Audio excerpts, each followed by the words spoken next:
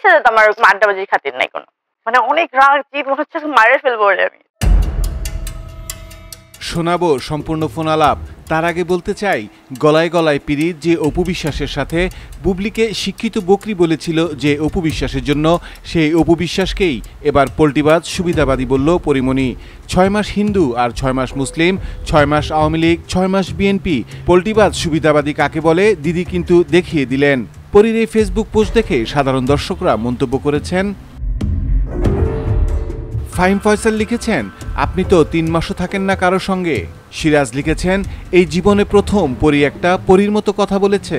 মাইশা জান্নাত লিখেছেন, 6 মাস পর পর পাল্টানো, বাপরে বাপ কি জিনিস তোর ওটা।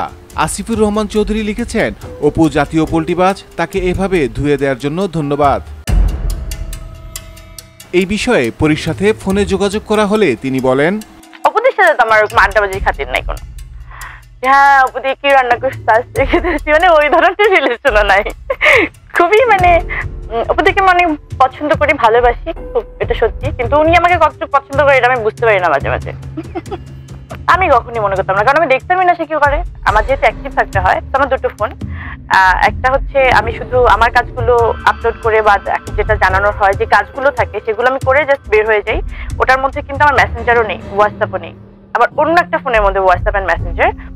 অপরদিকে বসে নেই মিষ্টি জান্নাত। সম্প্রতি অপুর সাথে সখ্যতা গড়ে ওঠা মিষ্টি জান্নাত দিয়েছেন পরিমণির পোস্টের কাউন্টার।